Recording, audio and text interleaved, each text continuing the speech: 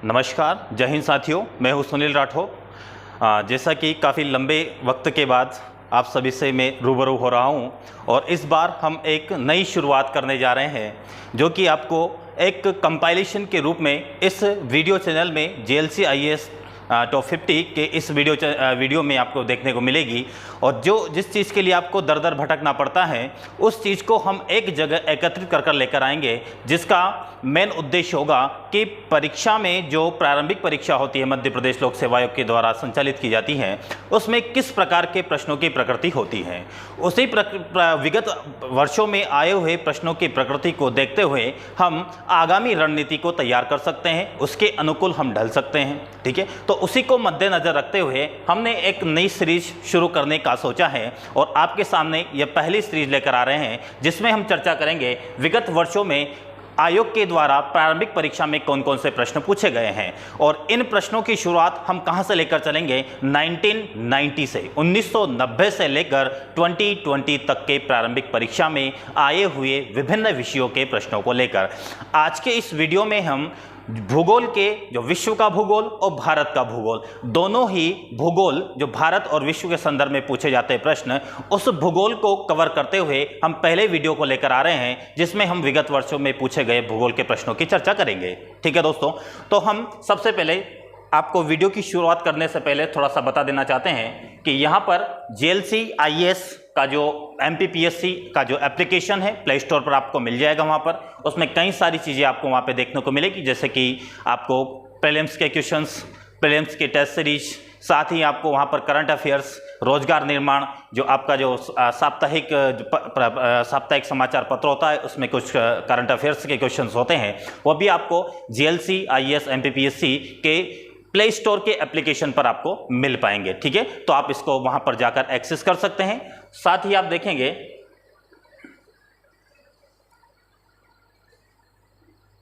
जो भी हम यहां पर चर्चा करेंगे जिन भी प्रश्न उत्तर की, और इसका भी एक आपको PDF फॉर्मेट प्ले स्टोर पर अवेलेबल हो जाएगा। ठीक है, तो आपको क्या करना है, JLC IAS MPPSC का एप्लीकेशन प्ले स्टोर से डाउनलोड करना होगा। उसके पश्चात आपको वहां पर कई सारे कंटेंट उपलब्ध रहेंगे जिसको आप वहां से एक्सेस कर पाएंगे। ठीक है दोस्तों, तो चलते हैं हम अपने आज इस सेशन की शुरुआत करते हैं जहां पर हम विगत प्रश्न पूछे गए हैं उनकी विशेष तौर पर चर्चा करेंगे।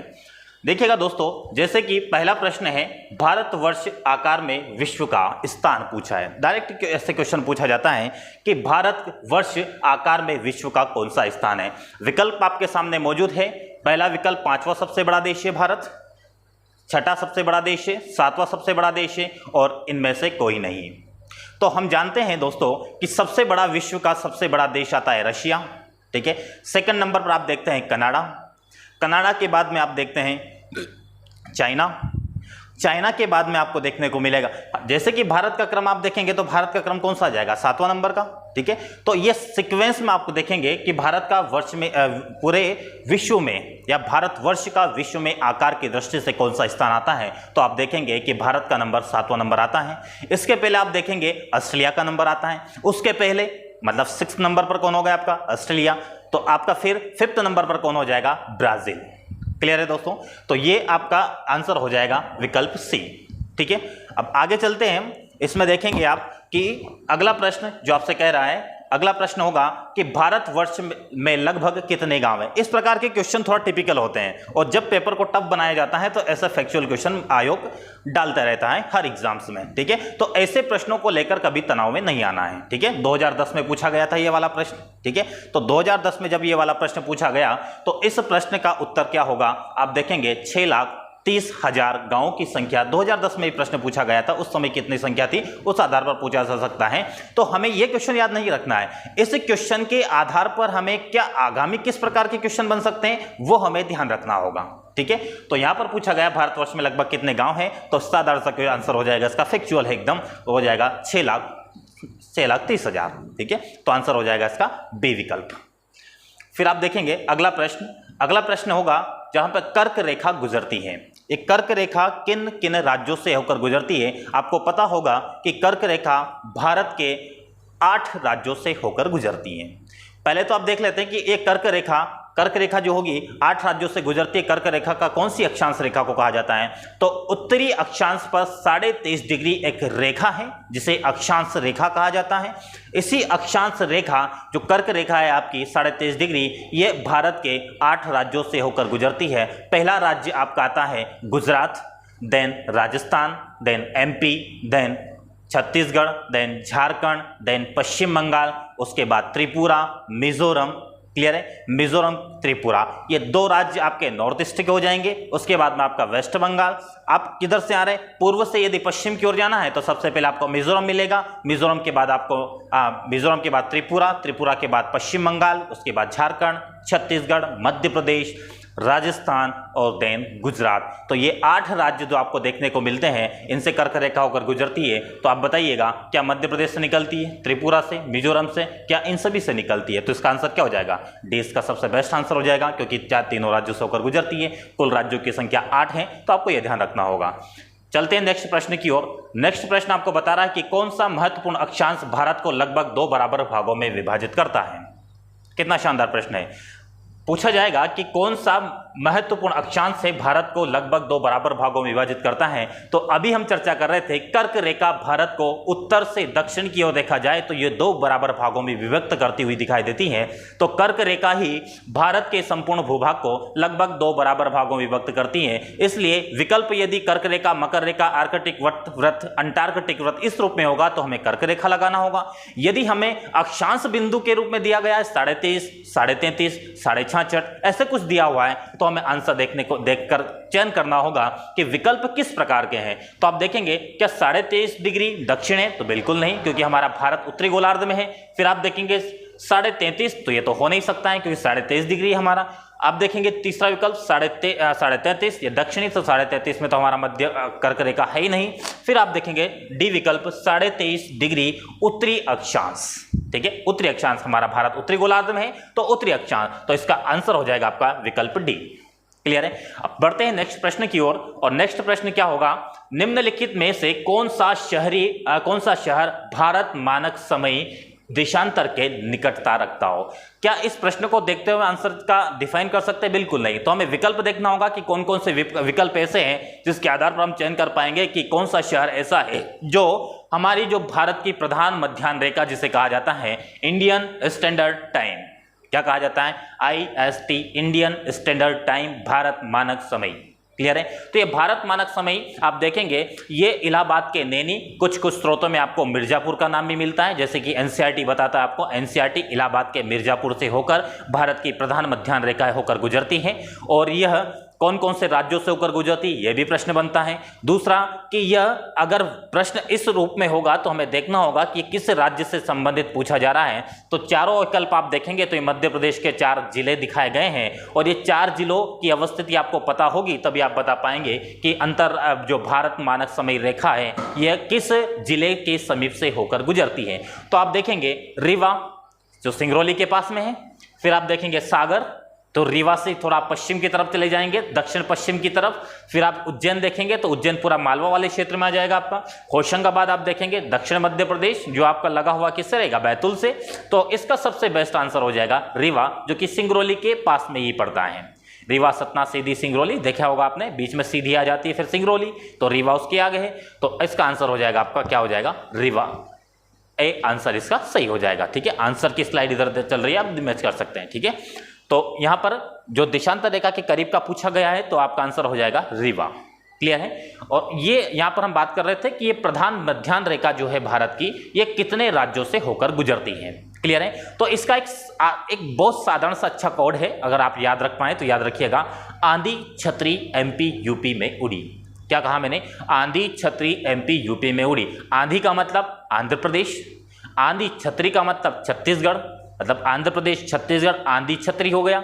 MP UP में उड़ी, MP का मतलब मध्य प्रदेश, UP मतलब उत्तर प्रदेश, और उड़ी मतलब उड़ीसा। क्लियर हुआ?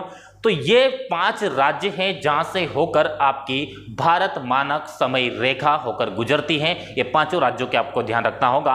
और मध्य प्रदेश के संदर्भ में पूछा जाए कि किस जिले से होकर गुजरती है तो आपका आ जाएगा सिंगरौली। और ये प्रधान मानक समय रेखा जो भारत की है, ये कौन सी देशांतर रेखा को डिफाइन करती है तो आपका आ जाएगा 82.5 डिग्री देशांतर रेखा।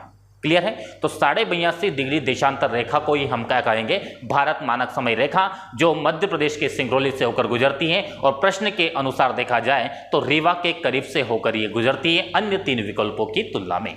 क्लियर है। अब बढ़ते हैं अगले प्रश्न की ओर। अगला प्रश्न होगा, अगले प्रश्न में आने से पहले हम आपको कुछ बतला देते हैं। मध्य प्रदेश लोक सेवा आयोग 2021 की प्रारंभिक परीक्षा, जो कि आप जानते हैं 19 जून निर्धारित समय है, और जब 19 जून 2022 को 2021 की प्रारंभिक परीक्षा होगी तो उसके लिए अपडेटेड यूनिट वाइज आपको नोट्स मिलेंगे।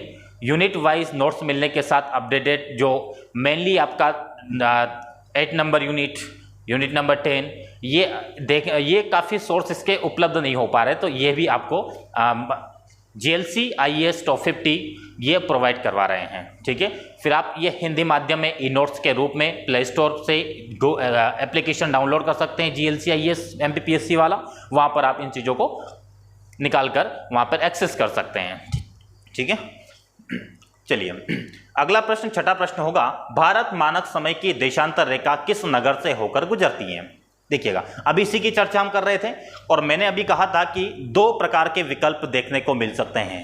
अगर साधारण सा आपको दिखेगा कि केवल शहर के नाम दिए हुए हैं तो शहर के नाम में आपको प्रयागराज मिल जाएगा, वर्तमान नाम प्रयागराज, या फिर प्रयागराज नहीं तो इलाहाबाद तो मिलेगा ही सही।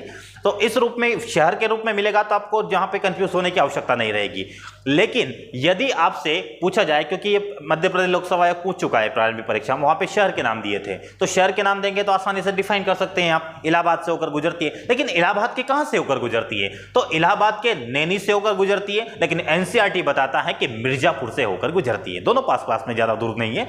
तो या तो आप क्या ध्यान रखेंगे, इलाहाबाद के नैनी से होकर गुजरती है, या फिर आपको ध्यान में रखना होगा कि इलाहाबाद के मिर्जापुर से होकर गुजरती है। दोनों इलाहाबाद डिस्ट्रिक्ट में आता है। ठीक है। तो आप इस प्रकार के क्वेश्चन को अच्छे से हैंडल कर सकते हैं। वैसे इस प्रकार के दोनों आपको कंफ्यूजन टाइप नहीं रखेंगे, या तो आप नैनी मिलेगा आपको या मिर्जापुर मिलेगा। पर ध्यान रखना है, यदि आप नैनी को ही याद रखकर बैठे हुए और विकल्प में आपको नैनी दिख ही नहीं रहा है, केवल मिर्जापुर लिखा हुआ है और 3 विकल्प कोई अन्य है, तो आपको ऐसी स्थिति में मिर्जापुर को भी ध्यान में रखना होगा। ठीक है। तो ध्यान रखिएगा। चलते हैं अगले प्रश्न की ओर। अगला प्रश्न, इसका आंसर आपका डी हो जाएगा। अगले प्रश्न देखते हैं। अगला प्रश्न है, भारत का सुदूर दक्षिण में इंदिरा पॉइंट निम्नलिखित में से कहां स्थित है। ठीक है। क्या कहा जा रहा है कि भारत का सुदूर दक्षिणतम, ध्यान रखना आपसे यहां से 4 प्रकार के प्रश्न पूछा जा सकता है। सुदूर उत्तरतम, सुदूर पश्चिमी, सुदूर पूर्वी, सुदूर दक्षिणी। ये सुदूर क्या शब्द हैं। ठीक है। ये सुदूर शब्द हम डिफाइन कर लेते हैं, फिर आसानी से आंसर कर पाएंगे हम। ठीक है। सुदूर का मतलब होता है भारत का अंतिम छोर। ठीक है। वो चाहे स्थलीय हो या जलीय भाग में हो। क्लियर है। जो अंतिम छोर, पूर्व का अंतिम छोर, पश्चिम का अंतिम छोर और उत्तर का अंतिम छोर, दक्षिण का अंतिम छोर। तो क्या आप ये मानकर चलते कि कन्याकुमारी भारत का सुदूर दक्षिणतम अंतिम छोर है? तो हम कहेंगे बिल्कुल नहीं, ये अंतिम छोर नहीं है, क्योंकि हमारा अंडमान निकोबार द्वीप समूह जो है उसका एक द्वीप है ग्रेट निकोबार, और ग्रेट निकोबार की अवस्थिति आपको देखने को मिलेगी। उसका दक्षिणी विस्तार मिलेगा 4 डिग्री 6 मिनट। क्लियर है। 4 डिग्री 6 मिनट उत्तरी अक्षांश से लेकर 37 डिग्री 6 मिनट। क्या कहा मैंने? भारत का अगर विस्तार आप देखेंगे, थोड़ा सा मैं यहां पे दिखा देना चाहता हूं, विकल्प बाद में देखेंगे, पहले आप ये देखिएगा। जैसे कि आप भारत का मैप बनाते हैं यहां पर,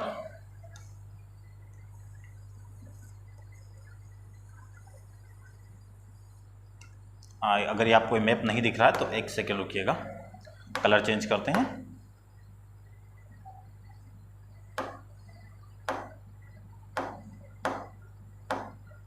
देखिएगा,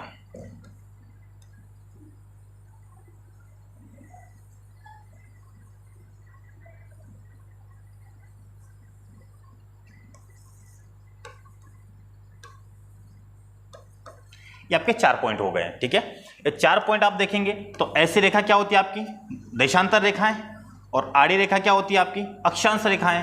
तो यहां पे आप विस्तार देखेंगे तो 8 डिग्री 4 मिनट से लेकर आपका ये मिलेगा, ये वाली रेखा 37 डिग्री 6 मिनट। उसी प्रकार से ये तो क्या हो गया आपके अक्षांश, ये कौन से दोनों, उत्तरी अक्षांश,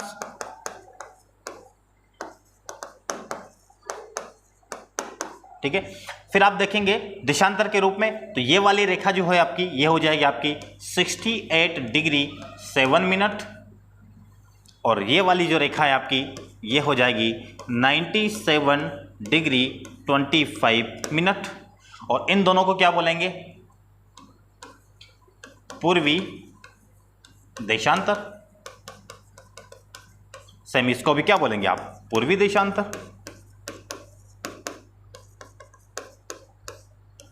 क्लियर है? तो ये तो भारत का विस्तार देखा, लेकिन हम अंडमान निकोबार जब देखते हैं तो अंडमान निकोबार आपका यहां पर 3-4 द्वीप अंडमान के, 3 द्वीप आपको मिलेंगे निकोबार के, और उसका विस्तार रहेगा आपका 8, एक सेकेंड देखिएगा,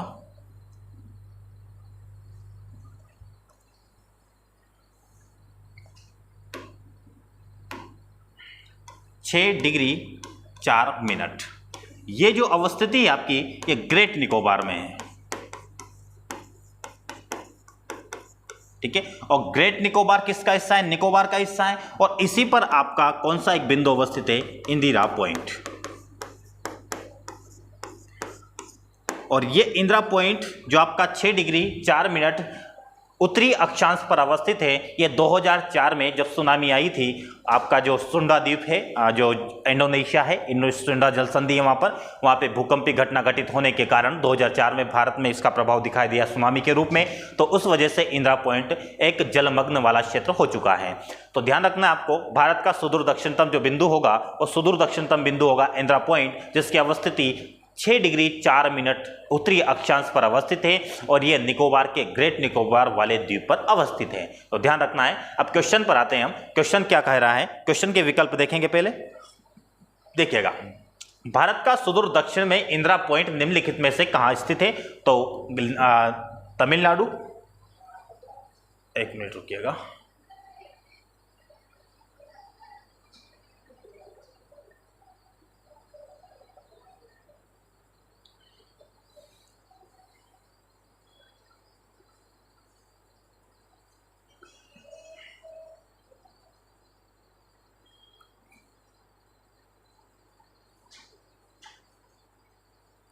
देखिएगा।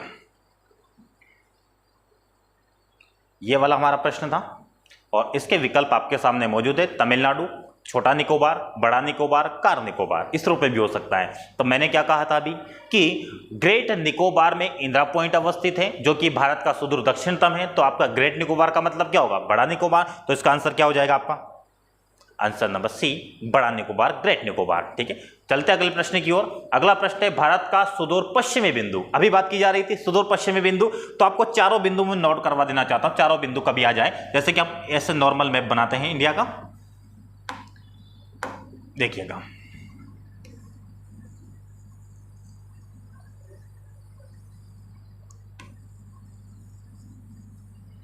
ये आपका पूर्वी, तो इस पूर्वी बिंदु को कहा जाता है की बीथू, की बीथू। क्लियर है?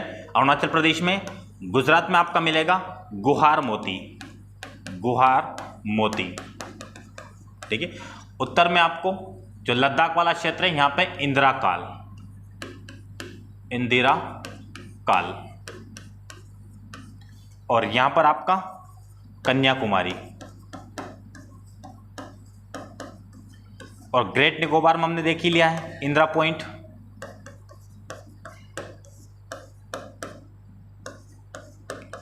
ये 5 बिंदु हैं, ठीक है। अब पूछा गया है आपसे सुदूर पश्चिमी बिंदु, तो सुदूर पश्चिमी ये पूर्वी भाग भारत का, ये पश्चिमी भाग, तो हमारा क्या हो जाना चाहिए आंसर? गुहार मोती। तो प्रश्न पूछा है कि भारत का सुदूर पश्चिमी बिंदु कौन सा है? तो गुहार मोती गुजरात में है, कच्छ जिले में आता है ये। पूर्वी बिंदु अगर पूछा जाए तो किबिथु, उत्तरी बिंदु पूछा जाए तो इंदिरा काल, और दक्षिणी बिंदु पूछा जाए तो कन्याकुमारी, और सुदूर दक्षिणतम बिंदु पूछा जाए तो इंदिरा पॉइंट हो जाएगा आपका, ग्रेट निकोबार में अवस्थित है। अब प्रश्न क्या पूछा है, प्रश्न में किस प्रकार के विकल्प हैं, तो वो देखते हैं। देखिएगा, अब यहां पर आपको अक्षांश दिया है। अब यहां पर आपको अक्षांश दिया हुआ है, और मैंने आपको क्या बतलाया था अभी, भारत का दोनों तरह से मैंने बतला दिया है कि अक्षांश विस्तार क्या है, देशांतर विस्तार क्या है, और साथ ही आपको मैंने पॉइंट्स के नाम भी बता दिए। तो अब बताइएगा इसमें से इसका सबसे बेस्ट विकल्प कौन सा होगा। तो देखिएगा, 68 डिग्री 7 मिनट पश्चिमी गुजरात। अब पश्चिमी गुजरात मतलब पूर्व और पश्चिम भारत आ गया आपका, तो पश्चिमी गुजरात है, ठीक है। फिर पूछा है 68 डिग्री 7 मिनट पश्चिमी राजस्थान, तो राजस्थान तो आपका पश्चिमी जिला है ही नहीं, पश्चिमी राज्य है ही नहीं भारत का, तो ये विकल्प तो कैंसिल हो जाएगा। फिर देखिएगा 68 डिग्री 60 मिनट पूर्वी गुजरात, क्या कहा है? पूर्वी गुजरात। लेकिन आपको यहाँ पर बिल्कुल एक माइनर तरीके से समझना होगा। अब आप ये सोच रहे होंगे कि इसका आंसर ये होगा, मैं थोड़ा सा इसमें पेन लेता हूँ। यहाँ पे ये आते हुए क्वेश्चन जो हम बोलते हैं कि आते हुए क्वेश्चन गलत क्यों हो जाते हैं, ठीक है, आते हुए क्वेश्चन गलत क्यों हो जाते हैं, तो उसका आपको प्रमाण यहाँ पर देखने को मिलेगा। देखिएगा, आपके नज़र से आपको लग रहा होगा कि गुजरात तो आंसर सही है, क्लियर है, क्योंकि हमने पूछा है पश्चिमी, तो जहाँ जहाँ पे राजस्थान लिखा हुआ है उसको क्या करेंगे हम, उस विकल्प को कैंसिल कर देंगे। यहाँ पे आपका राजस्थान लिखा हुआ है तो इसका मतलब ये भी क्या हो जाएगा आपका कैंसिल। तो दो विकल्प तो आपने एलिमिनेट कर लिया, ठीक है। अब बचे आपके दो विकल्प। अब इन दो विकल्प में से बेस्ट आंसर कौन सा होगा? दोनों जगह गुजरात लिखा हुआ है, इसका मतलब ये भी सही है गुजरात, ये भी सही है। अब दूसरी बात, यहाँ पे 68 डिग्री 7 मिनट लिखा हुआ है तो ये भी सही है, और यहाँ पे भी लिखा हुआ 68 डिग्री 7 मिनट, तो ये भी क्या हो जाएगा आपका सही है। अब बात आती है सिर्फ पश्चिमी और पूर्वी।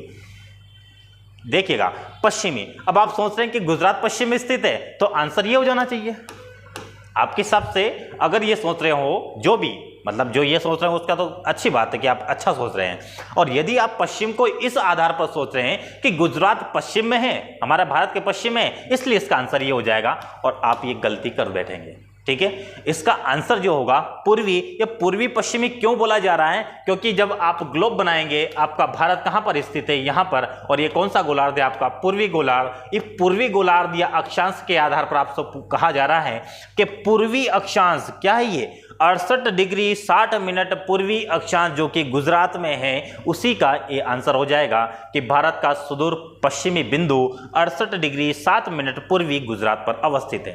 क्लियर हुआ? तो ध्यान रखना है, आते हुए क्वेश्चन गलत नहीं करना है, थोड़ा सा इत्मीनान से सोचना है। जितना आसान क्वेश्चन होगा उतनी जल्दबाजी आप करते हैं और उतनी ही जल्दी आप गलत कर बैठते हैं। और ध्यान रखना है, जितना आसान प्रश्न होगा उतना ही समय उसको देना होगा, ठीक है। कम समय देना है, और कम समय में आपको बेहतर विकल्प भी करना है। तो लेकिन जब आसान प्रश्न होगा तो समय ज़्यादा लीजिएगा, समय ज़्यादा लेकर प्रश्न को हैंडल कीजिएगा, तब जाकर आप सही को भी और अच्छे से सही कर पाएंगे। नहीं तो आते हुए क्वेश्चन गलत हो जाएंगे और फिर उसका खामियाजा आप ही भुगतेंगे, ठीक है। तो देखिएगा इसका आंसर क्या हो जाएगा आपका? सी वाला आंसर।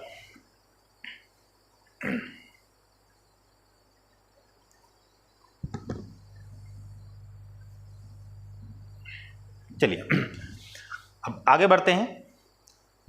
अगला प्रश्न, निम्नलिखित में से किस भारतीय राज्य की सीमाएं भूटान राष्ट्र से के साथ नहीं लगती है? ध्यान रखना है, पहले तो आपको क्या नोट करना है? नहीं लगती है। अब आजकल जो पेपर्स जो आ रहे हैं प्रारंभिक परीक्षा के, उसमें हाईलाइट कर दिए जाते हैं, लेकिन अगर किसी को नहीं देखना है तो नहीं देखना है फिर, ठीक है, चाहे वो हाईलाइट करे चाहे अलग मार्क से वो पेन उसको लिख दिया जाए। तो ध्यान रखना है, आपको नहीं पर ज़्यादा फोकस करना है, ठीक है। तो क्या कहा गया है कि निम्नलिखित राज्यों में किसकी सीमा ऐसी है जो भूटान राष्ट्र के साथ नहीं लगती है, ठीक है। तो आप बताइएगा, सिक्किम भूटान से लगती है, बिल्कुल। भूटान की किस दिशा में स्थित है? आप देखेंगे पश्चिम में स्थित है आपका, भूटान से पश्चिम में सिक्किम। मेघालय आप देखेंगे, क्या मेघालय की लगती है? विचार करेंगे। अरुणाचल प्रदेश की लगती है, पूर्वी भाग, पूर्वी हिस्सा जो आपका भूटान का है वो अरुणाचल प्रदेश की सीमा को साझा करता है। पश्चिम बंगाल आपका भूटान की दक्षिणी सीमा को साझा करता है, ठीक है। तो आपका सिक्किम, अरुणाचल प्रदेश, पश्चिम बंगाल, ये तीनों की सीमा तो साझा होती है, लेकिन मेघालय की सीमा केवल बांग्लादेश से साझा होती है, इसलिए भूटान से मेघालय की सीमा साझा नहीं होती। तो इसका आंसर क्या हो जाएगा आपका? बी विकल्प से हो जाएगा मेघालय, ठीक है, जिसकी सीमा भूटान से नहीं लगती है। बढ़ते अगले प्रश्न की ओर। निम्नलिखित में से किस देश की भारत के साथ सबसे लंबी स्थलीय सीमा है? तो आपको पता ही होगा, ठीक है, बांग्लादेश की सबसे लंबी सीमा है। ये लगभग आप देखेंगे बांग्लादेश की सीमा 4096.7 किलोमीटर के समथिंग आपको देखने को मिलती है। तो ये बांग्लादेश की सीमा, क्योंकि वहाँ पर क्रीक पाए जाते हैं, और क्रीक पाए जाने के कारण, क्रीक जैसे, क्रीक किसे कहा जाता है? क्रीक का मतलब जैसे कि ऐसी संरचना, ठीक है। आप देखेंगे इस प्रकार की संरचना होती है, एक ये संरचना, ये सीधी रेखा, और एक ऐसे क्रीक बने होते हैं। तो हम कहेंगे कि दोनों में से लंबाई किसकी अधिक है? नीचे वाली रेखा की। ऐसी प्रकार की संरचना आपको बांग्लादेश के बॉर्डर पर देखने को मिलती है, इसलिए हम कहते हैं कि भारत से सबसे अधिक सीमा साझा करने वाला देश बांग्लादेश होगा, जिसकी सीमा लगभग 4096.7 किलोमीटर भारत के साथ साझा होती है। और सबसे कम की बात करें तो अफगानिस्तान 106 किलोमीटर भारत के साथ साझा होती है, जो आपका पीओके वाले क्षेत्र में आता है, ठीक है। तो ध्यान रखना है आपको। बढ़ते अगले प्रश्न की ओर। फिर आप देख लीजिएगा कि Madhya Pradesh PSC test series चल रही है, इंग्लिश और हिंदी दोनों मीडियम में है। लगभग 10,000 क्वेश्चंस इसमें शामिल किए गए हैं, जो आप एप्लीकेशन GLCIS एप्लीकेशन पर जाकर भी इसको देख सकते हैं। और इसका जो चार्जेस आप देखते हैं, मिनिमम चार्जेस रखा गया है, जिससे कि आपकी अधिक से अधिक उपयोगिता आप सुनिश्चित कर पाएंगे। और उसके लिए आपको प्ले स्टोर पर जाकर GLCIS MPPSC का एप्लीकेशन डाउनलोड करना होगा। अधिक से अधिक जानकारी आपको वहां पर मिल पाएगी। ठीक है, चलते हम अगले प्रश्न की ओर। अगला प्रश्न आपका, भारत तथा पाकिस्तान के मध्य सीमा रेखा का एक उदाहरण है। यह प्रश्न 2018, जहां तक मुझे लगता है 2018 का प्रश्न है ये, और अध्यारोपित सीमा बनाता है भारत और पाकिस्तान की सीमा। रेड क्लिफ आयोग का गठन किया गया था 1947 में। तो ये रेड क्लिफ आयोग के द्वारा रेड क्लिफ सीमा रेखा का निर्धारण हुआ था भारत और पाकिस्तान के बीच में। तो यहाँ पर आंसर हो जाएगा आपका अध्यारोपित सीमा। भारत और पाकिस्तान के मध्य किस प्रकार की सीमा रेखा है? अध्यारोपित सीमा है। और प्रश्न अब बदल सकता है कैसे कि अध्यारोपित सीमाएं किन दो राष्ट्रों के बीच में निर्धारित होती है? तो आपको भारत पाकिस्तान याद रखना होगा। यही होता है प्रश्न का फेरबदल कैसे करते हैं, ऐसे प्रकृति चेंज करके उसका आंसर सेम उल्टा कर देते हैं और क्वेश्चन नया फॉर्मेट हो जाता है। ठीक है, तो ध्यान रखना है आपको। अगला क्वेश्चन देखिएगा, रेड क्लिफ रेखा कौन सी है? ठीक है, रेड क्लिफ रेखा आप देखिएगा अमेरिका कनाडा की सीमा का निर्धारण करती है, कि भारत पाकिस्तान सीमा का रेखा का निर्धारण करती है, भारत चीन का करती है, या रूस फिनलैंड का? तो आपको अभी बतलाया गया है, भारत पाकिस्तान के मध्य रेड क्लिफ आयोग का गठन किया गया था सीमा रेखा के निर्धारण के लिए 1947 में। तब रेड क्लिफ रेखा भारत और पाकिस्तान के बीच में बनी हुई है। ठीक है, जिसे इसका आंसर हो जाएगा आपका बी। अगला प्रश्न, भारत और चीन की उत्तर पूर्वी सीमा का सीमांकन कौन सी रेखा करती है? ठीक है, ध्यान रखना है कि भारत और चीन के बीच में मैकमोहन रेखा का निर्धारण 1914 में हुआ था। कब हुआ था? 1914। 1914 में भारत और चीन के मध्य अरुणाचल प्रदेश की सीमा पर मैकमोहन आयोग का गठन कर मैकमोहन रेखा का निर्धारण किया गया था। इसलिए भारत और चीन के बीच में कौन सी सीमा रेखा हो जाएगी? आपकी मैकमोहन सीमा रेखा, जो कि केवल अरुणाचल प्रदेश के बॉर्डर पर ही अवस्थित है। पूरा ऐसा नहीं है कि भारत और चीन के बीच, भारत और चीन की जो सीमाएं साझा होती है वो सभी मैकमोहन रेखा हैं, ऐसा नहीं है। केवल अरुणाचल प्रदेश में जो सीमा रेखा है जो चाइना से साझा होती है, उसी सीमा रेखा को मैकमोहन रेखा कहा जाता है, जिसका निर्धारण 1914 में हुआ था। अगला प्रश्न देखते हैं। अगला प्रश्न होगा, किसके द्वारा भारत श्रीलंका से अलग होता है? किसके द्वारा भारत किससे? श्रीलंका से अलग होता है। अब इसका अच्छे से आप पहले तो विकल्प देख लीजिएगा, फिर अच्छे से डिटेल में मैं कुछ बातें बताऊंगा जो कि प्रश्न बन सकता है, जैसे कि सुएज नहर, पाक जलडमरू मध्य, खंबात की खाड़ी, कच्छ की खाड़ी। तो सुएज नहर तो आपका अफ्रीका और एशिया के बीच में है, पाक जलडमरू मध्य जो कि आपका श्रीलंका और भारत के बीच में है, खंबात की खाड़ी गुजरात के दक्षिण क्षेत्र में आप देखेंगे, जहां पर आपका ताप्ती और नर्मदा नदी का मुहाना बनता है, वहीं पे आप पे केम्बे की खाड़ी भी है। फिर आप देखेंगे कच्छ की खाड़ी, जो गुजरात का जो शेर जैसा मुख है, उस कच्छ की खाड़ी में आपको कच्छ की खाड़ी जो आपको गुजरात के भागों में देखने को मिलेगी। ठीक है, तो अब यहाँ पर भारत और श्रीलंका के बीच में कौन सी नहर, कौन सा जलडमरू मध्य हो जाएगा? आपका पाक जलडमरू मध्य। अब एक बात ध्यान रखना है, भारत और श्रीलंका के बीच में एडम्स ब्रिज है। क्या है? Adam's bridge. जैसे कि आपको मैं मैप बनाकर दिखा देता हूं किस प्रकार की संरचना है, इसका आंसर तो हो ही जाएगा। देखिएगा, जैसे कि आपका ये भारत का दक्षिणी हिस्सा है, ये दक्षिणी हिस्सा, और ये आपका श्रीलंका। ठीक है, यहां पर आपका क्या हो जाएगा? Adam's bridge. ये क्या हो गया आपका? आदम का ब्रिज। ठीक है, यहां पर है आपकी पाक जल संधि, यहां पर आपकी है पाक की खाड़ी, और यहां पर हो जाएगा आपका मन्नार की खाड़ी।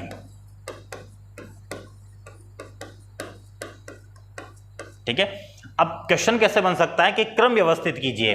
तो पहले आपका क्या हो जाएगा? पाक की खाड़ी की पाक जल संधि, पहले पाक जल संधि, दूसरे नंबर पर पाक की खाड़ी, तीसरे नंबर पर आदम्स ब्रिज या आदम का ब्रिज, आदम का पुल, और चौथे नंबर पर हो जाएगा आपका मन्नार की खाड़ी। तो ये क्रम ध्यान रखिएगा, भारत और श्रीलंका के बीच में अवस्थित है। पाक जल संधि, फिर पाक की खाड़ी, आदम का पुल, फिर हो जाएगा आपका मन्नार की खाड़ी। ये आपका श्रीलंका भारत दोनों के बीच में अवस्थित है। एडम्स ब्रिज के बारे में ध्यान रखना है, तो यहाँ पे आपका धनुषकोडी है, इधर आपका मन्नार द्वीप है, इन दोनों को आपस में जोड़ने का काम करती है। ठीक है, तो आगे चलते हैं हम अगले प्रश्न की ओर। अब इस प्रश्न का आंसर तो आपने देख ही लिया था। ठीक है, किसके द्वारा भारत, ये तो आंसर आपका हो गया पाक जलडमरू मध्य। भारत के किस प्रदेश की सीमाएं 3 देशों क्रमशः नेपाल, भूटान, चीन से लगती है? सिक्किम इसका आंसर हो जाएगा आपका। ठीक है, सिक्किम की सीमा किस चीज से लगती है आपका? भूटान से भी लगती है, नेपाल से भी लगती है और चीन से भी लगती है। ठीक है, ऐसे आपको अब देखना होगा, आप देखिएगा, आंसर करिएगा। एक और क्वेश्चन मैं बताता हूं कि कौन सा भारत के कौन कौन से ऐसे राज्य हैं जिनकी सीमाएं 3 देशों के साथ साझा होती हैं? इतने कितने राज्य हैं जिनकी सीमाएं 3 अंतरराष्ट्रीय देशों की सीमा के साथ अपनी सीमा साझा करते हैं? ऐसे राज्यों की संख्या भारत में कितनी है और वो राज्य कौन कौन से हैं? आपको कमेंट बॉक्स में इसका आंसर करना होगा। ठीक है, एक बार और प्रश्न बदला देता हूं मैं। भारत के ऐसे कितने राज्य हैं और वो राज्य कौन कौन से हैं जिनकी सीमाएं 3 अंतरराष्ट्रीय देशों की सीमा के साथ अपनी सीमा साझा करती हैं? उसके नाम बताइए और संख्या भी बताइए। ठीक है, चलिए आगे बढ़ते हैं। शिवालिक पहाड़ी निम्नलिखित में से किसका हिस्सा है? शिवालिक पहाड़ी आपको पता ही है, हिमालय पर्वत की है। एक वृहद हिमालय, लघु हिमालय, आपका शिवालिक हिमालय, जिसे आप नवीन हिमालय भी कहते हैं। तो इसका आंसर क्या हो जाएगा आपका? हिमालय पर्वत। ठीक है, अरावली पर्वत राजस्थान में, सबसे ऊंचा शिखर गुरु शिखर हो जाएगा इसका। ठीक है, आबू पर्वत पर स्थित है। पश्चिमी घाट में आप देखेंगे अनाईमुड़ी सबसे ऊंची चोटी है।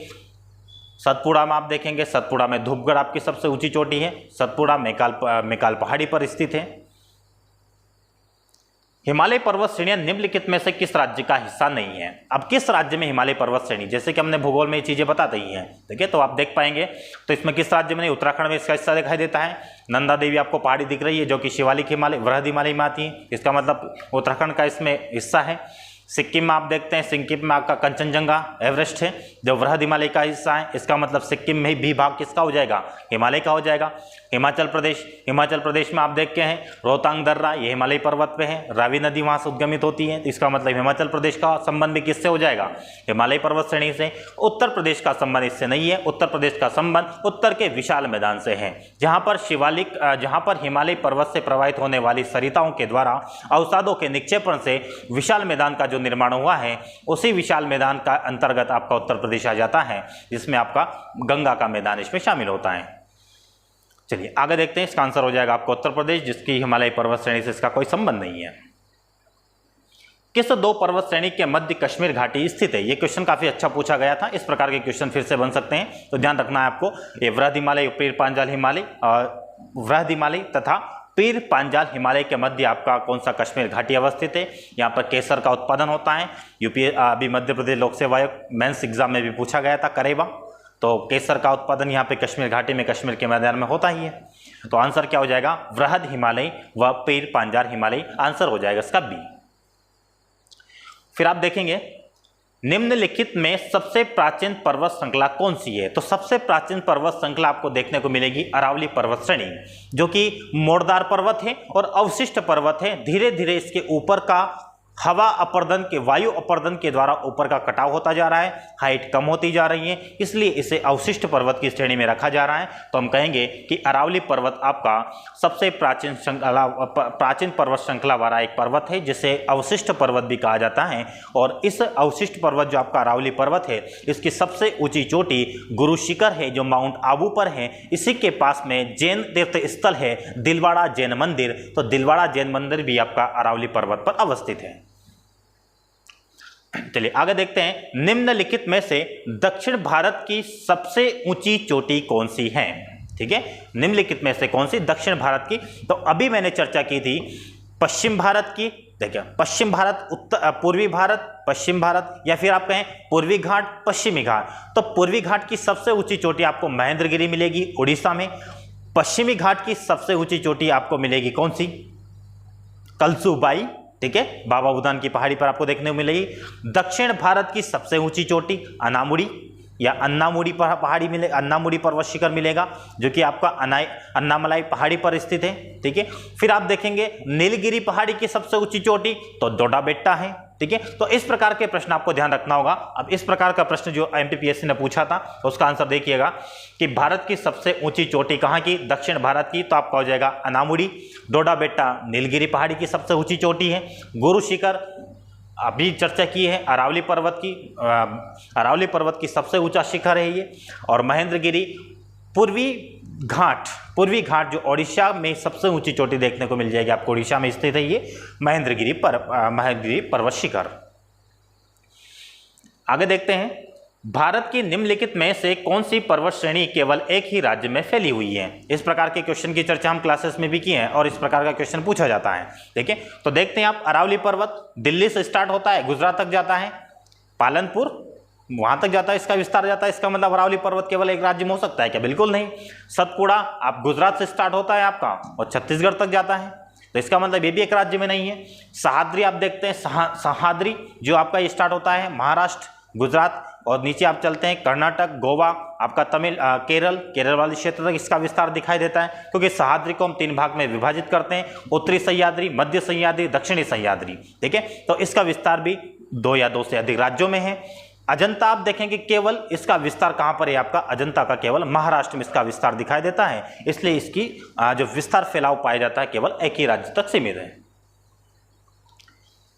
तो आंसर इसका हो जाएगा आपका अजंता। ठीक है, अब नेक्स्ट क्वेश्चन देखते हैं, धूपगढ़ चोटी स्थित है। यह मध्य प्रदेश लोक सेवा आयोग के द्वारा इस प्रकार का प्रश्न जो पूछा गया है, 2 बार पूछा है, दोनों बार इसके आंसर भिन्न भिन्न दिए थे। ठीक है, अब आपको देखना होगा कि क्या वाकई में इसका आंसर क्या होना चाहिए। ठीक है, तो विकल्प देख लेते हैं पहले। अब विकल्प यहाँ पे दोनों मौजूद है, सतपुड़ा भी है और मैकाल रेंज भी है। ठीक है, तो ध्यान रखना है, जब हमारे पास सबसेट से बड़ा सेट दिया हो, ठीक है, सबसेट समझ पा रहे हैं आप, जब हमारे पास बड़ा रूप है और एक छोटा रूप है और वो जो पूछा गया है उसका अवस्थिति छोटे रूप में भी आती है, तो बड़े रूप में तो स्वाभाविक आ जाती है। जब दोनों विकल्प हमारे सामने मौजूद हो तो हमें छोटे रूप का विकल्प चयन करना पड़ता है।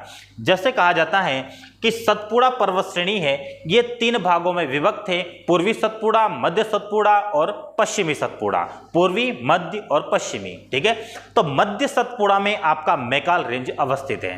क्या कहा मैंने? सतपुड़ा का आपका हो जाएगा क्या, मैकाल रेंज, और इसी मैकाल रेंज एक मिनट की ध्यान रखना, इसका आंसर अभी चेक करेंगे। अभी मैकाल रेंज क्या हो जाएगा आपका, पूर्वी सतपुड़ा, राजमहल पहाड़ी, पश्चिमी सतपुड़ा, मध्य सतपुड़ा, महादेव पर्वत श्रेणी। क्लियर है? तो महादेव पर्वत श्रेणी किसका हिस्सा है? सतपुड़ा पर्वत श्रेणी का। तो सतपुड़ा पर्वत श्रेणी पर महादेव अवस्थित है। अगर इसमें एक विकल्प ऐसा होता महादेव पर्वत पहाड़ी, तो आंसर क्या हो जाता? महादेव। लेकिन महादेव किसका हिस्सा है? सतपुड़ा का। तो इसका आंसर क्या हो जाएगा आपका? तो धूपगढ़ चोटी स्थित है आपकी सतपुड़ा की सबसे ऊंची चोटी है। ध्यान रखना, मैकाल रेंज नहीं लगाना है। मैकाल रेंज की सबसे ऊंची चोटी अमरकंटक है, जहां से नर्मदा, जोहिला नदी का उद्गम और सोन नदी का उद्गम होता है। तो मैकाल रेंज की सबसे ऊंची चोटी अमरकंटक, जबकि धूपगढ़ किसकी सबसे ऊंची चोटी है? महादेव पर्वत श्रेणी की। महादेव पर्वत श्रेणी किसका हिस्सा है? सतपुड़ा पर्वत श्रेणी का। तो इसका आंसर जो हो जाएगा आपका ए, सतपुड़ा रेंज। क्लियर है? तो ध्यान रखना इस प्रकार के प्रश्नों का। माउंट एवरेस्ट कहाँ स्थित है? तो पता ही आप लोगों को, कहाँ पे स्थित है? भारत में कि नेपाल में? नेपाल में स्थित है आपका। ठीक है, और इसकी हाइट भी बढ़ गई है, 0.84 मीटर इसकी हाइट बढ़ चुकी है। तो ध्यान रखना आपको 8848.84 मीटर। अगला प्रश्न, माउंट एवरेस्ट शिखर पर चढ़ने वाली पहली महिला थी? बताइए आप लोग, माउंट एवरेस्ट पर फतह करने वाली पहली महिला कौन थी? ठीक है, आंसर देख लेते हैं। जुनको तेबई, कैरोलिना मैकेलसन, वेलेंटिना तेरेस्कोवा, इसमें से कोई नहीं। तो जुनको तेबई है जो सबसे पहले एवरेस्ट की फतह किया था। ठीक है, और एवरेस्ट पर चढ़ने वाली पहली महिला आपकी हो जाएगी, जो कि अपने साथी के साथ ये 1975 में इनने अपने माउंट एवरेस्ट पर चढ़ने का प्रयास किया। 1975 से याद रखना, डेट भी याद रखें। तो 16 मई 1975 को 1975 को अपने साथी एंग रेसिंग की सहायता से जुनको तेबई एवरेस्ट पर चढ़ने वाली पहली महिला थी। ठीक है, तो ये ध्यान रखना है आपको। फिर देखिएगा अगला प्रश्न, एवरेस्ट पर चढ़ने वाली द्वितीय भारतीय महिला है। अब द्वितीय भारतीय महिला पूछा जा रहा है, इसका मतलब पहला कौन था? फिर तो पहली महिला तेंजिंग नार्गे, पहला व्यक्ति आपने सुना होगा तेंजिंग नार्गे, जो कि 1953 में चढ़े थे। और द्वितीय कौन से हो जाएंगे आपके? संतोष यादव। तो द्वितीय भारतीय महिला है संतोष यादव, जो एवरेस्ट पर चढ़ने वाली महिला थी। ठीक है, इस प्रकार के प्रश्न, इसी को कहा जाता है विविध। तो विविध से भी प्रश्न बनते हैं।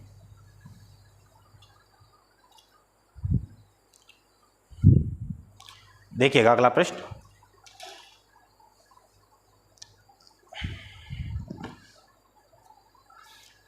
हिमालय की ऊंची चोटी कंचनजंगा कहाँ स्थित है? ठीक है, क्या पूछा जा रहा है आपका, हिमालय की चोटी, सबसे ऊंची चोटी कंचनजंगा कहाँ पर स्थित है? अब हिमालय में कहा जा रहा है तो यहाँ पे 3 प्रकार के प्रश्न बनते हैं, तो पहले उसकी चर्चा कर लेते हैं, फिर प्रश्न पर आते हैं। जैसे पूछा जाता है कि हिमालय का सबसे ऊंचा शिखर कौन सा है, तो माउंट एवरेस्ट, ठीक है, 8,848।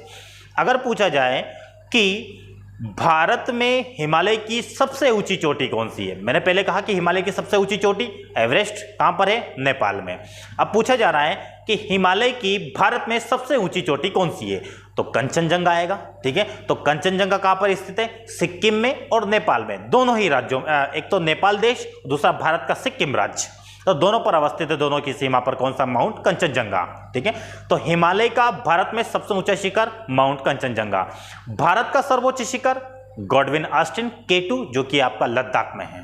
ठीक है, लद्दाख के काराकोरम पर्वत श्रेणी है, वहां पर अवस्थित है। गेशरब्रम भी आपको पर्वत श्रेणी वहां पर देखने को मिल सकती है। ठीक है, तो आपका 3 प्रकार का प्रश्न, भारत की सबसे ऊंची चोटी गॉडविन ऑस्टिन K2, भारत में हिमालय की सबसे ऊंची चोटी कंचनजंगा, और हिमालय की सबसे ऊंची चोटी हो जाएगी आपकी कौन सी, माउंट एवरेस्ट। तो 3 प्रकार के प्रश्न है। ये प्रश्न MPPSC पूछा था, इसके विकल्प 2 माने जाते हैं। और 2 क्यों माने जाते हैं, क्योंकि हमारा सिक्किम में भी है और नेपाल में भी है, तो दोनों जगह होने के कारण हम कहेंगे कि नेपाल और सिक्किम में दोनों में इसकी अवस्थिति है। तो इसका आंसर क्या हो, केवल बी नहीं होगा, इसका सिक्किम भी आंसर होगा, ध्यान रखना है। ठीक है, कंचनजंगा आपका कहाँ पर है, नेपाल में और सिक्किम में, दोनों पे ध्यान रखना आपको, यहाँ पे बी लिखा हुआ है, तो केवल बी नहीं, इसमें आंसर सी भी माना जाएगा। ठीक है, देखिएगा नंदा देवी शिखर कहां पर स्थित है, आपका ये उत्तराखंड में स्थित है। ठीक है, तो नंदा देवी जो कि आपका कौन सा, वृहद हिमालय का हिस्सा जाएगा कि लघु हिमालय का। ठीक है, तो वृहद हिमालय के अंतर्गत आपका एक पर्वत शिखर आता है नंदा देवी, जो कि आपका उत्तराखंड राज्य में अवस्थित है। अरावली एवं विंध्यन पर्वत श्रृंखलाओं के मध्य कौन सा पठार स्थित है, अरावली हो जाएगा राजस्थान में, विंध्यन हो जाएगा आपका मध्य प्रदेश, गुजरात से मध्य प्रदेश और इधर बिहार तक जाता है, कैमूर श्रेणी तक। तो इसका मतलब दोनों के मध्य आपको मालवा का पठार देखने को मिलेगा। तो मालवा का पठार की अवस्थिति अरावली और विंध्यन पर्वत श्रृंखला के बीच में। छोटा नागपुर का पठार आपका पूर्वी पठार के बाद आ जाएगा। ठीक है, प्रायद्वीपीय पठार का हिस्सा ही माना जाता है। ठीक है, दक्कन का पठार भी आपका महाराष्ट्र वाले रीजन में आ जाएगा, जो कि आपका प्रायद्वीपीय पठार के अंतर्गत ही माना जाता है। इसका आंसर हो जाएगा आपका मालवा का पठार। भारत के किस राज्य का समुद्री तट सबसे अधिक लंबा है, भारत के किस राज्य का समुद्री तट सबसे अधिक लंबा है, तो आपका क्या हो जाएगा इसमें आंसर, गुजरात सबसे अधिक तट लंबा है, क्योंकि यहाँ पे भी क्रीक पाए जाते हैं, इस वजह से गुजरात की तटीय सीमा रेखा सबसे अधिक होती है। बाकी आप अगला प्रश्न देखते हैं, अंडमान एवं निकोबार। अब देखिएगा क्वेश्चन किस टाइप का है, विकल्प देखते हैं इसका, विकल्प में आप देखकर समझ पाएंगे कि इसका आंसर क्या होना चाहिए। देखिएगा, बंगाल की खाड़ी के द्वीप हैं, बंगाल की खाड़ी के द्वीप समूह है, अरब सागर के द्वीप समूह है, हिंद महासागर के द्वीप समूह है। कितने अच्छे विकल्प दिए हुए हैं, और क्वेश्चन कितना है, अंडमान एवं निकोबार। बताइए, ये अंडमान निकोबार क्या केवल 2 द्वीप हैं, तो हम कहेंगे ऐसा नहीं, इसमें लगभग 32 द्वीप आप देखने को मिलेंगे, 32 से 50 इतने भी द्वीप हो सकते हैं, लेकिन मेनली इसमें बड़े बड़े द्वीप की संख्या मिलेगी आपको।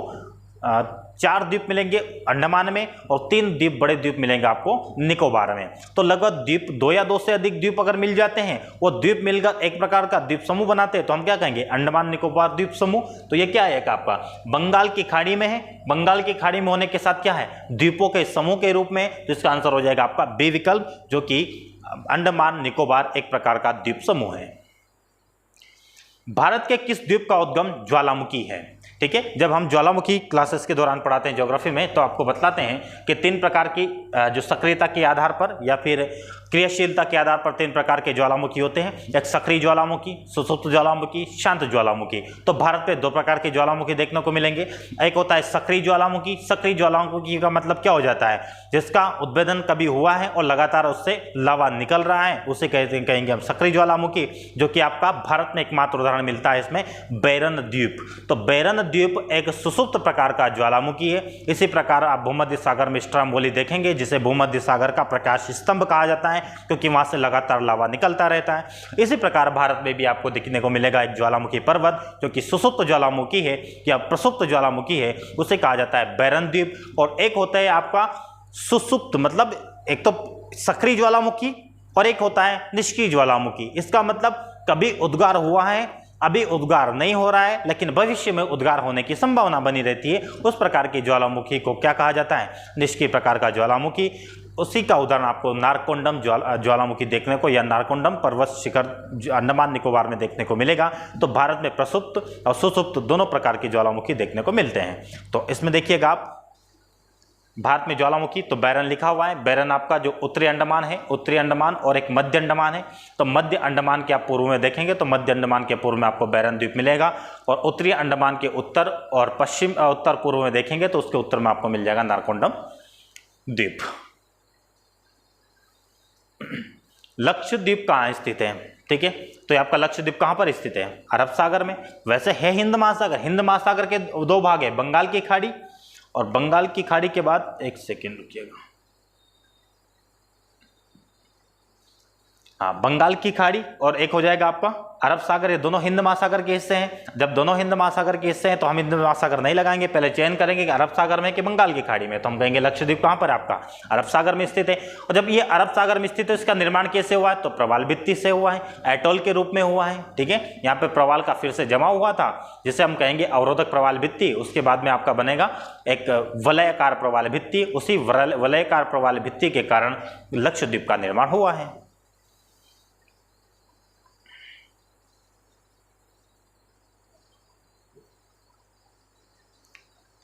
अगला प्रश्न पे चलते हैं।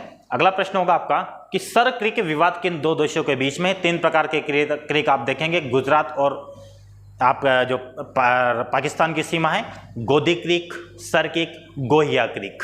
ठीक है, तो सर क्रीक भारत और पाकिस्तान के बीच में विवाद का एक प्रमुख कारण बना हुआ है।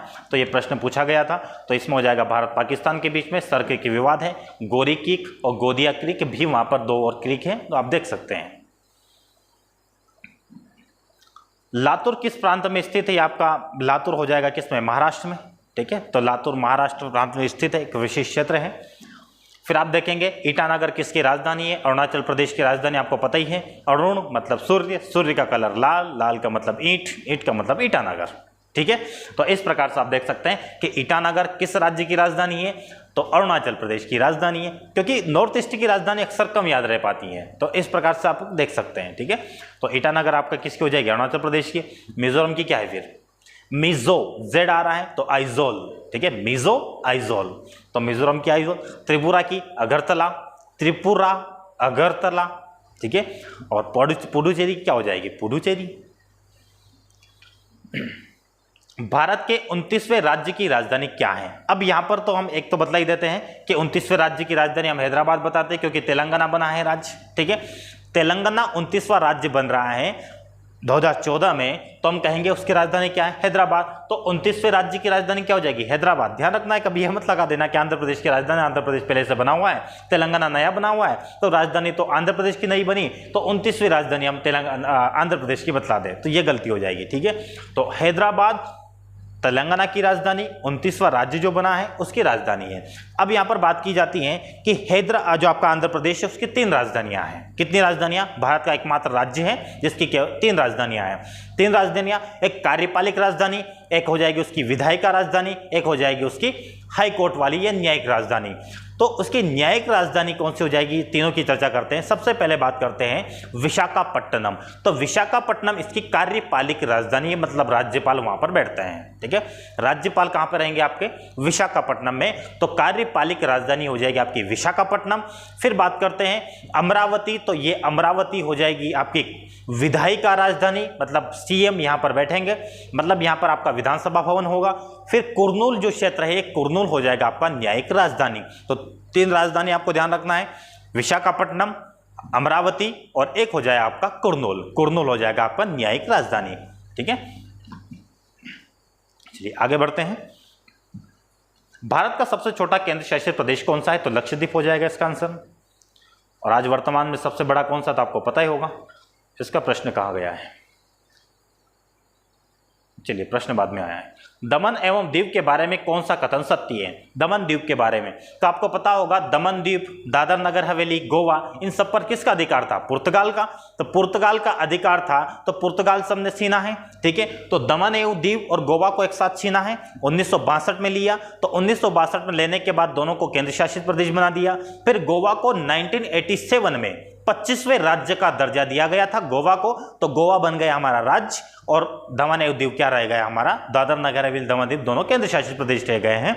तो ध्यान रखना है आपको, 1962 में दोनों को केंद्र शासित प्रदेश बना दिया गया था पुर्तगाल से छीनकर।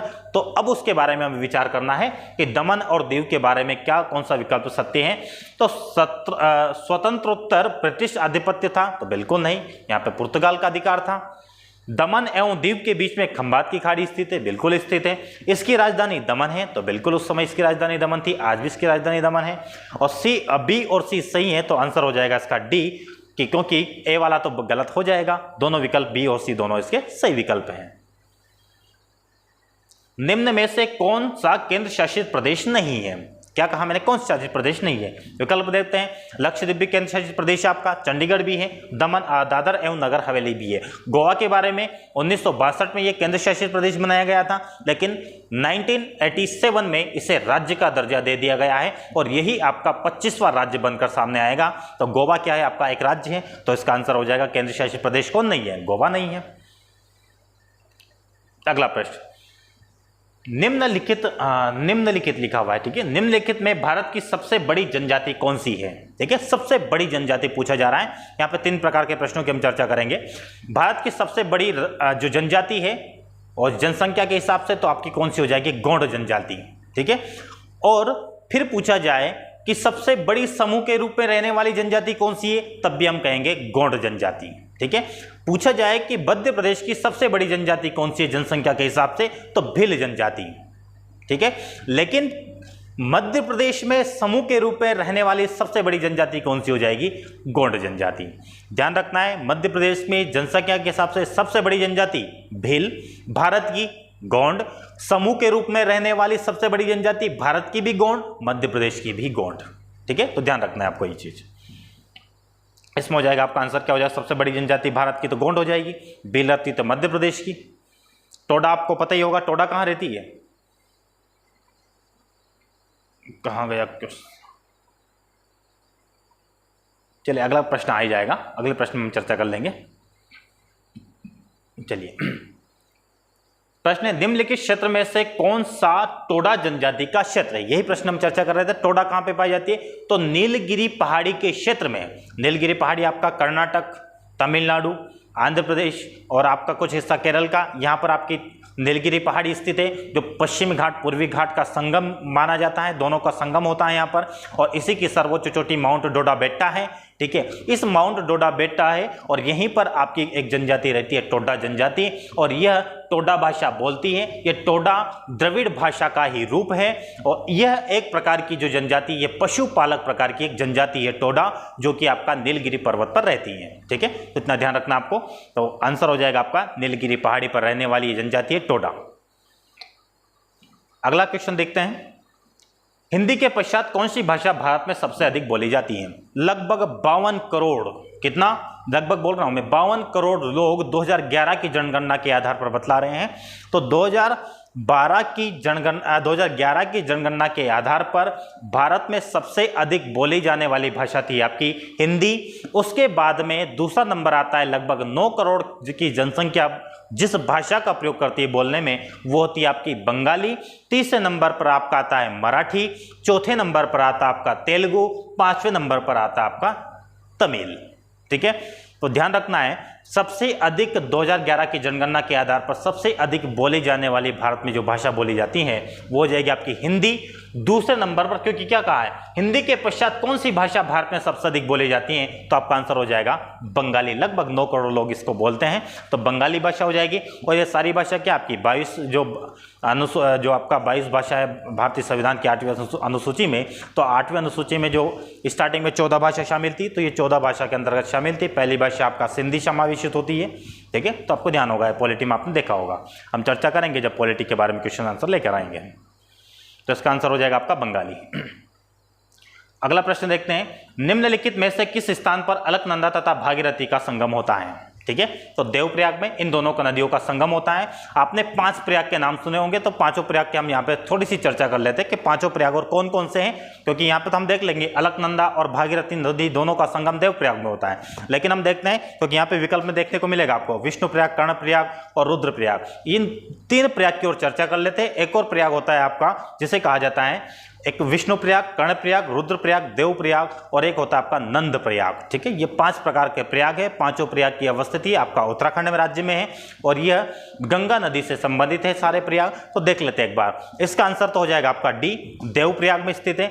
अब विष्णुप्रयाग कहां पर है आपका? ठीक है, तो अलकनंदा नदी और एक विष्णु गंगा नदी, कौन सी? अलकनंदा और विष्णु गंगा। अलकनंदा आती है आपकी कहां से? अलकनंदा देखो, विष्णु गंगा और धौली गंगा, क्या कहा मैंने? विष्णु गंगा और धौली गंगा दोनों आपस में मिलकर अलकनंदा नदी बनाती है और अलकनंदा जहां पर बनती है वो आपका होता है विष्णुप्रयाग। फिर आपकी नंदाकिनी नदी आती है तो नंदप्रयाग बनता है। मंदाकिनी नदी आती है तो आपका रुद्रप्रयाग बनता है, जहां पे आपको केदारनाथ से निकली थी, ये केदारनाथ से मंदाकिनी नदी, मंदाकिनी नदी पर आपका रुद्रप्रयाग बनता है। और पिंडार नदी पर बनता है आपका, पिंडार नदी जब अलकनंदा से मिल जाती है तो कर्णप्रयाग बनता है। ठीक है, लास्ट में आपको एक मैप भी बता दूंगा, अगर क्वेश्चन की संख्या कुछ क्वेश्चन और बचे, 6 क्वेश्चन और बचे हुए हैं, उनकी चर्चा कर लेते हैं। फिर आपको मैं कर्णप्रयाग का एक मैप बता दूंगा, सारे प्रयाग कैसे बनते हैं। आंसर हो जाएगा इसका देवप्रयाग। भागीरथी नदी निकलती है, तो भागीरथी नदी कहां से निकलती है? गंगोत्री हिमनद से। ठीक है, तो गंगोत्री हिमनद से आपका उत्तराखंड में ही है, तो गंगोत्री हिमनद से भागीरथी नदी निकलती है। जैसे अलकनंदा नदी इससे आकर मिल जाती, इससे आकर मिल जाती है कर्ण देवप्रयाग में, तो देवप्रयाग में नाम इसका हो जाता है गंगा नदी। तो यही भागीरथी नदी मुख्य नदी होती है, गंगा नदी। निम्नलिखित में से कौन सी नदी यमुना नदी से नहीं मिलती है? तो देखते हैं हम कौन सी नहीं मिलती है। केन मिलती है, बैतवा बिल्कुल यमुना नदी से मिलती है। आपकी सोन नदी, यह मध्य प्रदेश की 2 नदियां हैं, एक टोंस नदी, एक सोन नदी, जो सीधे गंगा नदी में जाकर मिलती है, इसलिए सोन नदी यमुना की सहायक ना होकर गंगा की सहायक नदी होती है। चंबल आपकी यमुना की सहायक नदी होती है, तो आंसर इसमें क्या हो जाएगा? सोन नदी। कौन सी श्रेणी यमुना और सोन के मध्य जल विभाजक का कार्य करती है? ऐसे लिखा हुआ है। ठीक है, कौन सी श्रेणी यमुना और सोन के मध्य, यमुना नदी और एक सोन नदी, ठीक है, दोनों के मध्य जल विभाजक का कार्य कौन करती है? यमुना नदी आपकी हो जाती है उत्तर प्रदेश में, एक सोन नदी हो जाती है, तो इसका आंसर हो जाएगा आपका कैमूर पहाड़ी। विंध्याचल पर्वत श्रेणी का हिस्सा है, छत्तीसगढ़ तक इसका विस्तार दिखाई देता है। तो कैमूर पहाड़ी यमुना नदी और सोन नदी के मध्य जल विभाजक का कार्य करती है। जल विभाजक का कार्य का मतलब ये होता है कि ऐसी श्रृंखला, ऐसी संरचना या ऐसी पठारी संरचना जो 2 अपवाह तंत्र को एक दूसरे से विभक्त कर देती है, उसे जल विभाजक रेखा कहा जाता है, जो कि कैमूर पहाड़ी यमुना और सोन के मध्य जल विभाजक का कार्य करती है। अगला प्रश्न, नर्मदा नदी किन पर्वत श्रृंखलाओं के मध्य प्रवाहित होती है या किसके बीच स्थित है? तो देख लेते हैं हम। भांडेर मैकाल के बीच में है क्या? नहीं है। सतपुड़ा अरावली के बीच में? बिल्कुल नहीं है। सतपुड़ा विंध्याचल पर्वत श्रेणी के बीच में, जो कि एक प्रकार की भ्रंश घाटी है, उसमें प्रवाहित होती है आपकी नर्मदा घाटी। तो नर्मदा नदी कहाँ पर प्रवाहित होती है? 2 पर्वत श्रृंखला है, सतपुड़ा और विंध्याचल, दोनों के मध्य प्रवाहित होती हैं। अच्छा, इसका आंसर क्या बताया इसमें?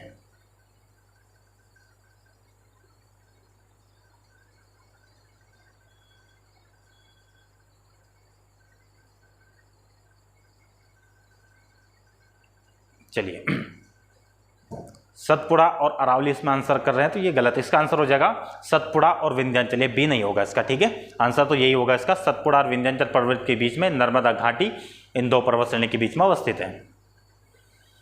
अगला प्रश्न, नर्मदा नदी का उद्गम कहां से होता है? तो आपको पता ही है, पुष्पराजगढ़ तहसील है अमरकंटक में, आपका अनूपपुर तहसील अमरकंटक में, पुष्पराजगढ़ तहसील से आपकी नर्मदा नदी का उद्गम होता है। यहाँ से 2 अन्य नदी भी उद्गमित होती हैं, आपकी जोहिला और सोन नदी। इसीलिए इसके अपवाह प्रतिरूप को अरीय अपवाह प्रतिरूप कहा जाता है, जहाँ पर तीनों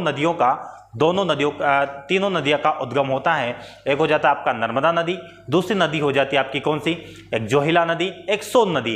ये तीनों नदियां अमरकंटक से निकलती हैं। पुष्पराजगढ़ तहसील के समीप से आपकी नर्मदा नदी का उद्गम होता है, जिसके पास में माई की बगिया भी स्थित है। पूछा जाता है कि माई की बगिया किस नदी के किनारे अवस्थित है? तो वो भी आपकी नर्मदा नदी के किनारे अवस्थित है। ठीक है। तो इसमें देखिएगा आंसर क्या हो जाएगा आपका, भेड़ाघाट, शहडोल, अमरकंटक, होशंगाबाद। तो क्या आ जाएगा, अमरकंटक की पहाड़ी। ठीक है, मैकाल पर्वत की सबसे ऊंची चोटी क्या थी, अमरकंटक। तो अमरकंटक से आपकी नर्मदा नदी का उद्गम होता है।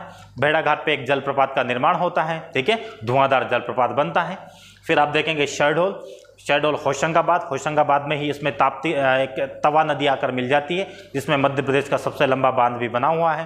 ठीक है, तवा बांध जिसे बोला जाता है। ठीक है, तो नर्मदा नदी का उद्गम कहाँ से होता है, आपका अमरकंटक। ठीक है, अगले प्रश्न की हम चर्चा करते हैं। अगला प्रश्न होगा, नर्मदा घाटी उदाहरण है। अभी चर्चा कर चुके इसके पहले प्रश्न में, ये भ्रंश घाटी में होकर प्रवाहित होती हैं, इसलिए नर्मदा नदी एक किस प्रकार का उदाहरण हो जाएगा, भ्रंश घाटी का। ठीक है, भ्रंश घाटी क्या होती है, जब 3 समानांतर पठारी क्षेत्र या 3 श्रृंखला हैं, इनमें से समीपस्थ स्थित जो प्लेटें हैं वो स्थिर रहें और मध्य वाली प्लेटों का क्या हो जाए, अवतलन हो जाए, जिससे बनने वाली घाटी नुमा संरचना को भ्रंश घाटी कहा जाता है। ठीक है, दो तो ऐसे स्थिर रहे, मध्य वाला भाग क्या हो जाएगा, अवतलित हो जाएगा, जिससे ये घाटी नुमा संरचना बनती है इस टाइप की। इसी घाटी नुमा संरचना को भ्रंश घाटी कहा जाता है। और भ्रंश घाटी का सबसे बेस्ट एग्जाम्पल देखने को मिलता है नर्मदा और ताप्ती नदी घाटी। ठीक है, ये दोनों नदियां, एक और आपका जो अफ्रीकन ग्रेट रिफ्ट वैली दिखता है, वो विश्व की सबसे बड़ी रिफ्ट वैली है, अफ्रीका तक जाती है, आपकी मलावी झील तक जाती है। ठीक है, तो सबसे विश्व का सबसे बड़ी भ्रंश घाटी है, और भारत में आपको मिलेगी सबसे बड़ी भ्रंश घाटी, नर्मदा ताप्ती भ्रंश घाटी। अब अगला प्रश्न देखते हैं। अगला प्रश्न है आपका, शायद 50 प्रश्न का इसमें समावेश किया था। अब मैं आपको थोड़ा सा ये चारों प्रयाग के बारे में थोड़ी चर्चा कर लेते हैं, फिर उसके बाद में क्लास को वाइंड अप करते हैं। ठीक है, जैसे कि आपको दिख रहा होगा, एक पेन थोड़ा सा, मेन नदी हम ब्लैक से बना देते हैं। जैसे कि आपकी ये नदी दिख रहा होगा,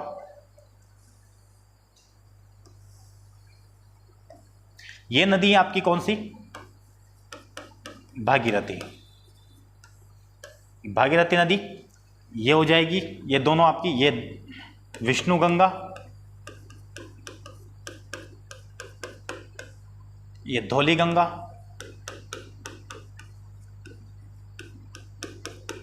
विष्णु गंगा धौली गंगा दोनों का मिल रही है आपकी विष्णु प्रयाग में।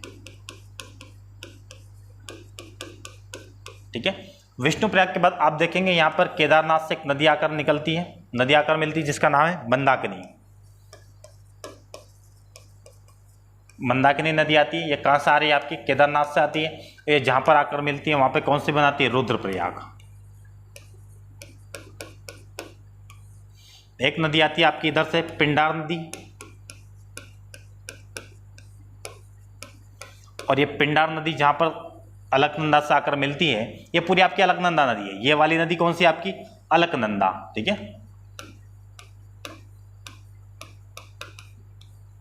तो अलकनंदा से जैसे आकर मिलती है तो उसे कहा जाता है कर्णप्रयाग। तो विष्णु प्रयाग, कर्णप्रयाग, रुद्रप्रयाग, और ये अलकनंदा और भागीरथी जहां पे मिलती है उसे कहा जाता है देवप्रयाग। और एक और नदी आकर मिलती है जिसका नाम है नंदाकिनी, और ये जहां पर आकर मिलती है उस प्रयाग को कहा जाता है नंद प्रयाग। नंद प्रयाग, या समझना आप, नंद प्रयाग है ये। ठीक है, तो देख लीजिएगा, धौली गंगा और विष्णु गंगा दोनों मिलती है आपकी विष्णु प्रयाग में। नंदाकिनी नदी अलकनंदा से मिलती है नंद प्रयाग में, मंदाकिनी नदी अलकनंदा से मिलती है रुद्रप्रयाग में, और पिंडार नदी अलकनंदा से मिलती है कर्णप्रयाग में, और देवप्रयाग में यही अलकनंदा नदी भागीरथी से आकर मिल जाती है, और इसका नाम हो जाता है क्या, आपका गंगा नदी। ठीक है, और यही गंगा नदी आगे जाकर हुगली नामक वितरिका के रूप में अलग हो जाती है। मुख्य गंगा भागीरथी चली जाती है आपकी बांग्लादेश में, और हुगली नदी चली जाती है आपकी पश्चिम बंगाल से होकर डेल्टा का निर्माण कर देती है, बंगाल की खाड़ी में अपना मुहाना बनाती है। ठीक है, तो इस प्रकार से हमने आज के इस श्रृंखला में, पहली श्रृंखला जो थी विगत वर्ष में पूछे गए प्रश्नों को लेकर। तो इस श्रृंखला की हमने शुरुआत की है। आप कमेंट बॉक्स में बताइएगा कैसा ये सेशन लगा आपको। इसी को हम कंटिन्यू करेंगे और सभी विषयों को लेकर हम वीडियो सीरीज शुरू करेंगे। कोशिश ये रहेगी कल के वीडियो में भूगोल के सारे प्रश्न अभी तक जो आए हुए उसको फिनिश करेंगे, फिर अगले सब्जेक्ट हम उठाएंगे। विगत वर्ष में जो भी प्रश्न पूछे गए उसको हम कंपाइलेशन के रूप में आपके सामने लेकर आएंगे, जिसके लिए आपको इधर उधर भटकना नहीं पड़ेगा। चलिए आज के लिए इतना ही। थैंक यू, धन्यवाद।